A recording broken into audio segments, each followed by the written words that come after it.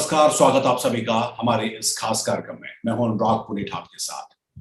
इतिहास को संजोने की और इतिहास से सबक सीखने की एक पुरानी परंपरा रही है। कहते हैं कि अच्छा इतिहास हमें आगे बढ़ने की प्रेरणा देता है और अगर बुरा इतिहास है तो उसमें गलतियों से सीखने की प्रेरणा मिलती है। लेकिन भारतीय छात्रों को, हम सबको जो इतिहास पढ़ाया गया या जो इतिहास पढ़ाया जा रहा है वो विरूपण वाला इतिहास है। उसमें विकृति है और जानबूझकर उसके साथ छेड़छाड़ करने के साक्ष्य मौजूद हैं। ये कहा जाता है कि अंग्रेजों के द्वारा भारतीयों का इतिहास सही तरीके से न बनाने के पीछे एक सोची समझी रणनीति थी। ऐसे तमाम भारतीय नायकों को भुला दिया गया जिनका इतिहास गौरवशाली रहा। हमको हमेशा बताया गया कि विदेशी आक्रमणकारियों ने अगर भारत पर हमला किया तो यहाँ की टूट, समाज में बिखरन इसकी एक बड़ी वजह थी। ऐसे नायकों को भुला दिया गया और जानबूझकर भुलाया गया जिन्होंने इन आक्रमणकारियों का बड़ी डटकर और बड़ी वीरता के साथ सामना किया। इसके तमाम साक्ष्य मौजूद हैं। लेकिन अब स्थिति बदल रही है और धीमे धीमे ऐसे नायकों के चरित्र अब हमारे सामने आ रहे हैं। आज एक ऐसे ही नायक के बारे में बात करेंगे जिसके बारे में हमने पिछले कुछ दिनों में ही जाना। बहराइच के एक राजा जिनके जो लोक कथाओं में जिंदा रहे, राजा सुहेलदेव, जिनको लेकर केंद्र सरकार और उत्तर प्रदेश की योगी सरकार ने भी कदम उठाया और वहां पर एक स्मारक बनाने का फैसला किया। आज राजा सुहेलदेव की वीरता की कहानी आपको बताएंगे, साथ ही राजा सुहेलदेव के इतिहास या उनके द्वारा किए गए उस पराक्रम पर देश के एक राज्य के सबसे लोकप्रिय मुख्यमंत्री योगी आदित्यनाथ से बातचीत करेंगे कि आखिरकार वो क्या सोचते हैं और इसके द्वारा उनके द्वारा, उनकी सरकार के द्वारा इस पर क्या कुछ कदम उठाए जा रहे हैं। योगी आदित्यनाथ हमारे साथ जुड़ चुके हैं। योगी जी, बहुत बहुत स्वागत आपका हमारे इस खास कार्यक्रम में। हम आपसे बातचीत करेंगे और आपकी सरकार ने, आपने जो कुछ काम राजा सुहेलदेव की उस गौरवशाली परंपरा, उस इतिहास को आज की युवा पीढ़ी को बताने का जो प्रयास किया है उस पर आपकी राय जानेंगे। लेकिन उससे पहले आगे बढ़े, एक छोटी सी फिल्म हम अपने दर्शकों को दिखाते हैं राजा सुहेलदेव के पराक्रम पर। ये कहानी है भारत के एक ऐसे वीर राजा की, वो राजा जिन्होंने 11वीं शताब्दी में मुस्लिम आक्रमणकारियों को ऐसा मुंहतोड़ जवाब दिया था जिसके बाद लगभग 150 वर्ष तक उन्होंने दोबारा पलट कर देखने की हिम्मत नहीं की। हम बात कर रहे हैं श्रावस्ती के राजा सुहेलदेव की। आज के उत्तर प्रदेश का अवध, पूर्वांचल और नेपाल से लगे तराई के इलाकों में राजा सुहेलदेव का शासन हुआ करता था। लगभग 1000 वर्ष पहले की बात है। मुस्लिम आक्रमणकारी महमूद गजनवी की सेना सिंधु नदी को पार कर भारत में घुस चुकी थी। गजनवी के भतीजे सैयद सालार मसूद गाजी के नेतृत्व में एक बड़ी सेना तेजी से पूरब की तरफ बढ़ रही थी। सालार मसूद मोहम्मद गजनवी का सबसे खूंखार सेनापति माना जाता था। ये वो दौर था जब भारत के अलग अलग इलाकों में कई राजाओं का शासन हुआ करता था। महमूद गजनवी से मुकाबले के लिए 17 से अधिक राजाओं ने मिलकर एक संघ बनाया जिसका नेतृत्व सौंपा गया श्रावस्ती के राजा सुहेलदेव को। 13 जून वर्ष 1033 को सालार मसूद ने लाखों सैनिकों के साथ आक्रमण किया। राजा सुहेलदेव की सेना के साथ बहराइच में चित्तौरा झील के पास भीषण युद्ध हुआ। कहते हैं इस युद्ध में मात्र 2 दिन के अंदर गजनवी की सेना के अधिकांश सैनिक काट डाले गए। राजा सुहेलदेव ने स्वयं अपने हाथों से सालार मसूद गाजी को मौत के घाट उतार दिया। वह ज्येष्ठ पूर्णिमा का दिन था। युद्ध के बाद पीठ दिखाकर भाग रहे दुश्मनों को भी नहीं छोड़ा गया।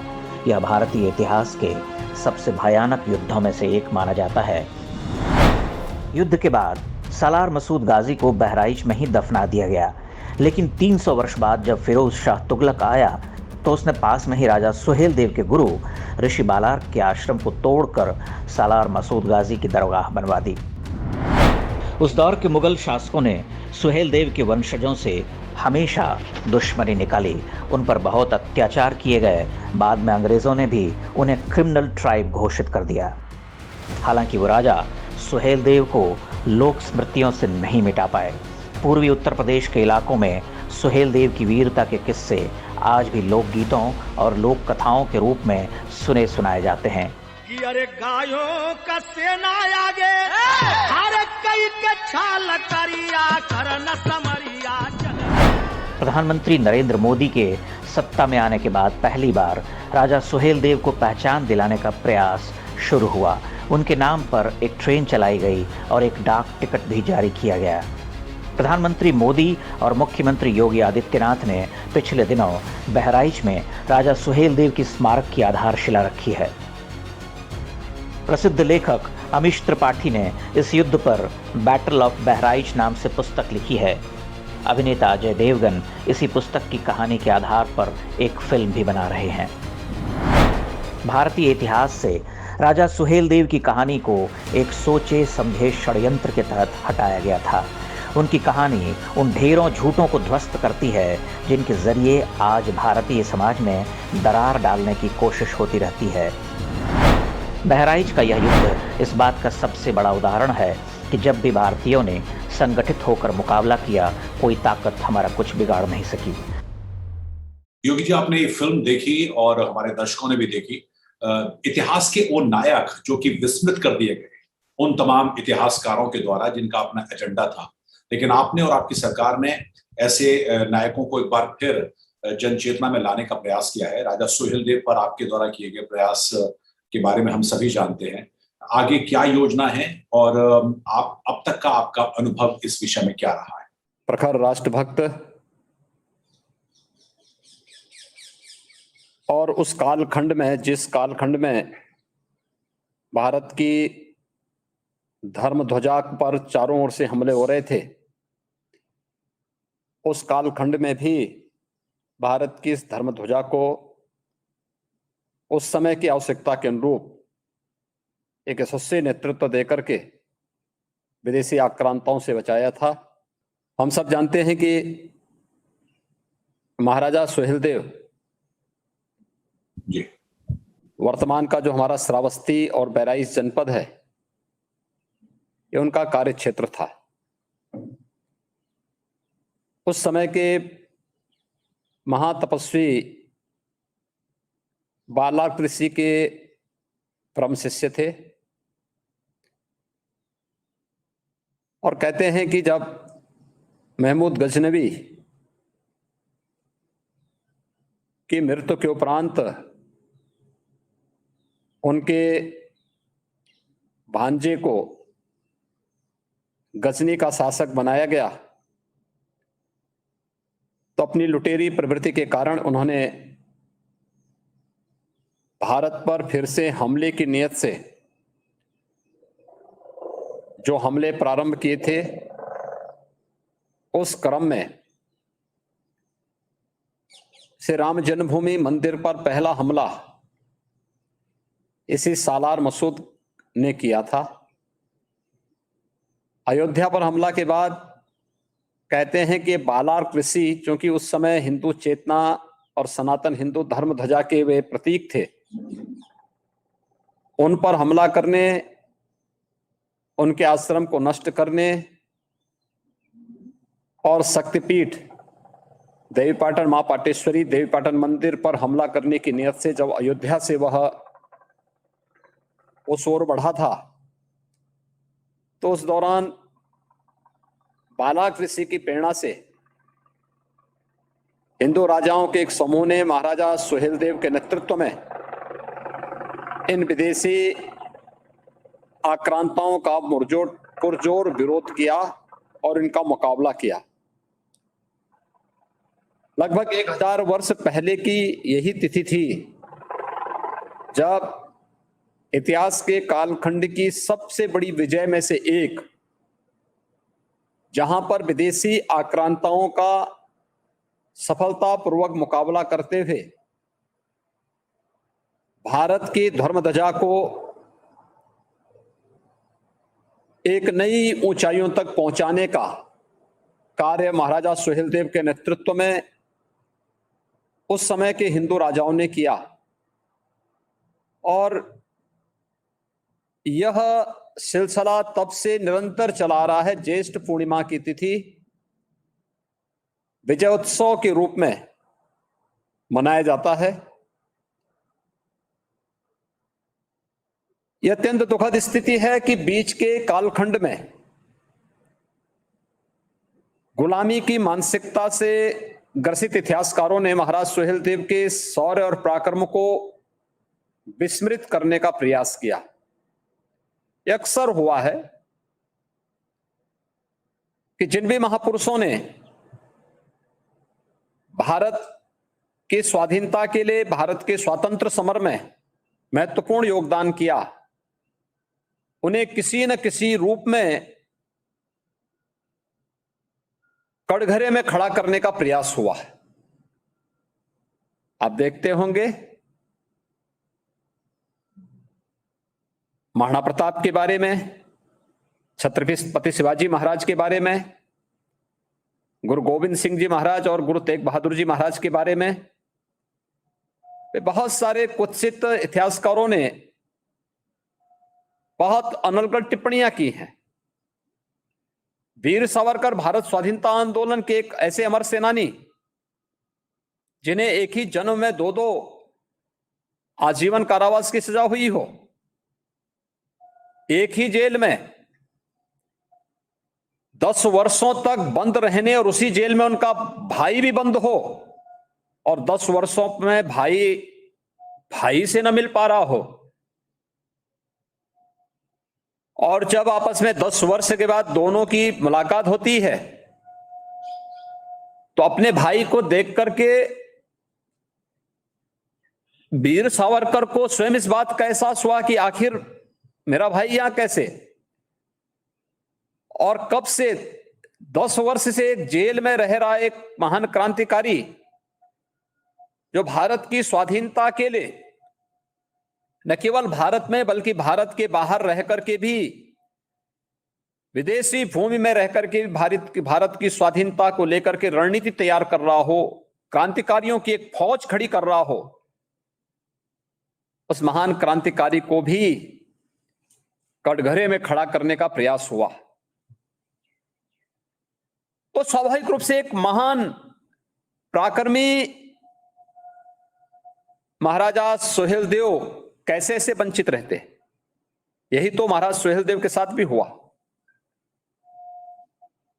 अनेक प्रकार से प्रयास हुआ कि महाराज सुहेलदेव के बारे में समाज जानकारी न लेने पाए। हर प्रकार के कुत्सित प्रयास हुए। विदेशी जूठन पर पलने वाले वे कथित इतिहासकार इतिहास के उन अपनी काली लेखनी के माध्यम से भले ही तोड़ मरोड़ कर सकते हो, लेकिन लोक कथा, लोक परंपरा और जनश्रुतियां इस बात की हमेशा गवाह रही हैं। लोक परंपरा ने कभी महाराजा सुहेलदेव को नहीं विस्मृत किया। लोक गाथा आज भी महाराज सुहेलदेव की अर्चना करता है। पूर्वी उत्तर प्रदेश और खासतौर पर नेपाल की तराई के क्षेत्र में एक एक नागरिक कृतज्ञता ज्ञापित करता है भारत माता के इस महान सपूत महाराजा सुहेलदेव के शौर्य और पराक्रम की इन गाथाओं को लेकर के। और फिर इतिहास में तोड़ मरोड़ किया जा सकता है।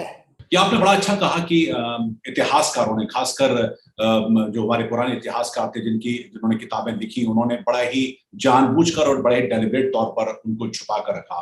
लेकिन अगर आप ये बात कह रहे हैं तो क्या आगे हम ये उम्मीद करें कि पाठ्यक्रमों में भी राजा सुहेलदेव के बारे में बताए जाने या ऐसे नायकों के बारे में बताए जाने पर सरकार विचार करेगी? अपने काली लेखनी के माध्यम से इतिहास को कलंकित करने का कार्य करने वाले लोग अपने उस साजिशों के लिए कुछ देर तक हो सकता है सफल हो सकते हो, लेकिन भूगोल कोई वे नहीं बदल सकते। चित्तौड़ा का वह स्थान आज भी मौजूद है जहां पर लोग समाज ने महाराजा सुहेलदेव के शौर्य और पराक्रम के स्मारक को अपने मनोमस्तिष्क में धारण करते थे। विगत 1000 वर्षों से उस परंपरा को अपने साथ जोड़ करके और उसे लोक आराधना का केंद्र बिंदु बनाया। लोक आराधना के उसी केंद्र बिंदु को ध्यान में रख करके आदरणीय प्रधानमंत्री जी की प्रेरणा से हमारी सरकार ने इसी वर्ष वसंत पंचमी से चित्तौड़ा नामक स्थान पर महाराजा सुहेलदेव के भव्य स्मारक, म्यूजियम, उनकी भव्य प्रतिमा आदि के निर्माण की कार्रवाई को आगे बढ़ाते हुए इस कार्य का शुभारंभ किया। यह कार्य युद्ध स्तर पर चल रहा है और हम सबका मानना है प्रतिवर्ष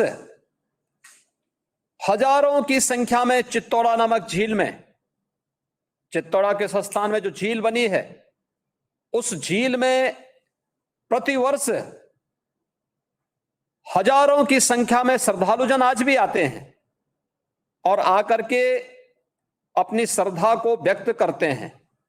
वहां आकर के बड़ी श्रद्धा के साथ, बड़े सम्मान के साथ महाराजा सुहेलदेव को स्मरण करते हैं। अपनी लोक परंपरा और लोक गाथा के अनुरूप इस आयोजन को संपन्न करते हैं और विजयोत्सव के कार्यक्रम को भी आगे बढ़ाने का कार्य करते हैं। महाराजा सुहेलदेव का शौर्य और पराक्रम उस कालखंड का एक प्रेरणादायक क्षण बना और केवल ये पूर्वी उत्तर प्रदेश में नहीं,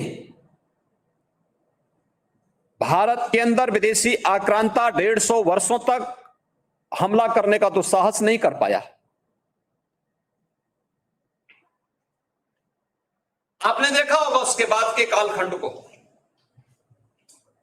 कि एक लंबे समय तक जो एक सिलसिला हुआ था 8वीं शताब्दी से भारत पर विदेशी हमला करने का, इसके बाद वह सिलसिला थमा था।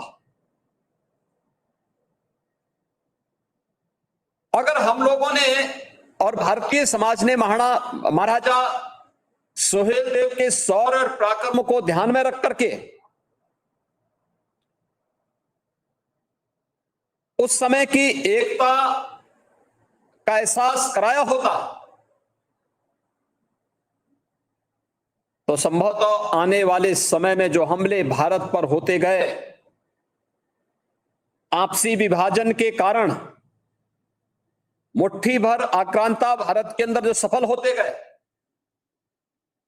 ये संभवतः सफल नहीं हो पाते।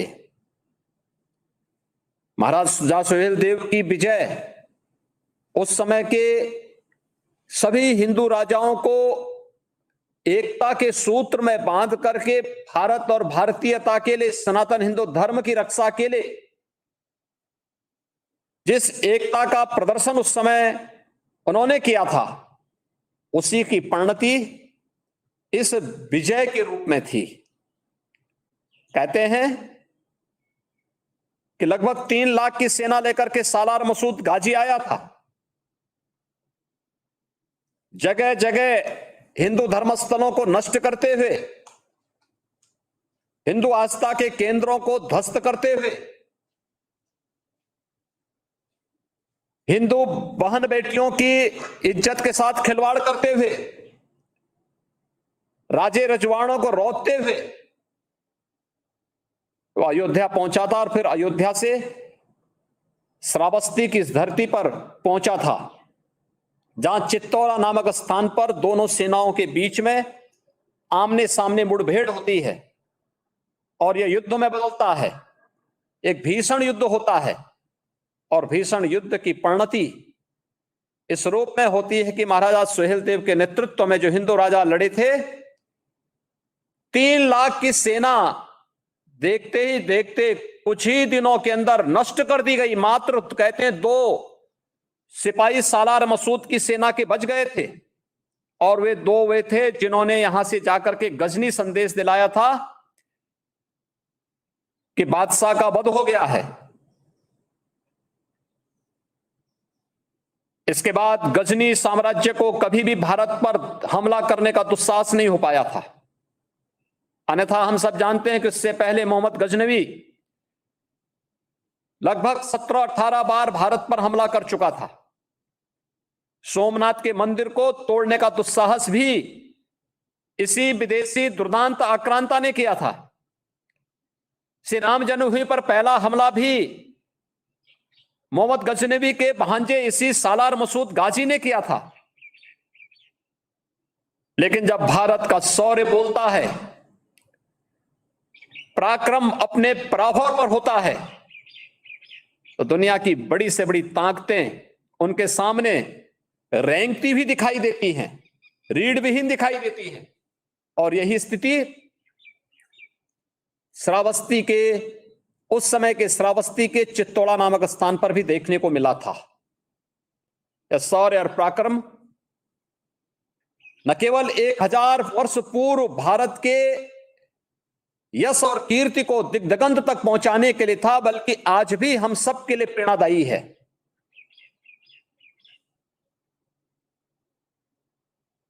हमारे सनातन धर्म ने किसी भी कालखंड में जाति, मत, मजहब, क्षेत्र, भाषा के आधार पर व्यक्ति व्यक्ति में कोई भेद नहीं किया। हमने किसी प्रकार का कोई भेदभाव किसी के साथ नहीं किया। हमारा तो सनातन उद्घोष था, सर्वे भवन्तु सुखिनः सर्वे सन्तु निरामया का। भारत ने पूरी दुनिया को संदेश दिया था, वो वसुधैव कुटुंबकम का। लेकिन सर्वे भवन्तु सुखिनः सर्वे सन्तु निरामया या वसुधैव कुटुंबकम या क्रीडवंतो विश्वार्यम का मतलब, इस उद्घोष का मतलब ये तो नहीं कि कोई हमारी आस्था पर प्रहार करे, कोई हमारे मान बिंदुओं को रौंदे और हम मूक बन करके, मौन बन करके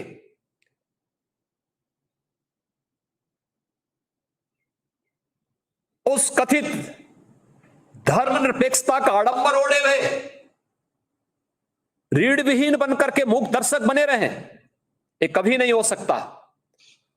और कोई भी स्वाभिमानी समाज इस प्रकार की स्थिति को स्वीकार नहीं कर सकता, उसे करना भी नहीं चाहिए। महाराजा सुहेलदेव ने उस कालखंड के सबसे बड़े शौर्य पराक्रम का परिचय दिया, जो भारत के इतिहास के स्वर्णाक्षरों में जिन्हें स्थान मिलना चाहिए था। दुर्भाग्य से कुटिल इतिहासकारों की साजिश का परिणाम है कि महाराजा सुहेलदेव को वह स्थान नहीं मिल पाया। लेकिन लोक समाज ने लोक परंपरा और लोक गाथा के साथ उन्हें पूछ करके उन्हें हमेशा एक जीवंतता दी, और आज उसी जीवंतता का परिणाम है कि चित्तौड़ा नामक स्थान पर आदरणीय प्रधानमंत्री जी की प्रेरणा से एक भव्य स्मारक का निर्माण हो रहा है।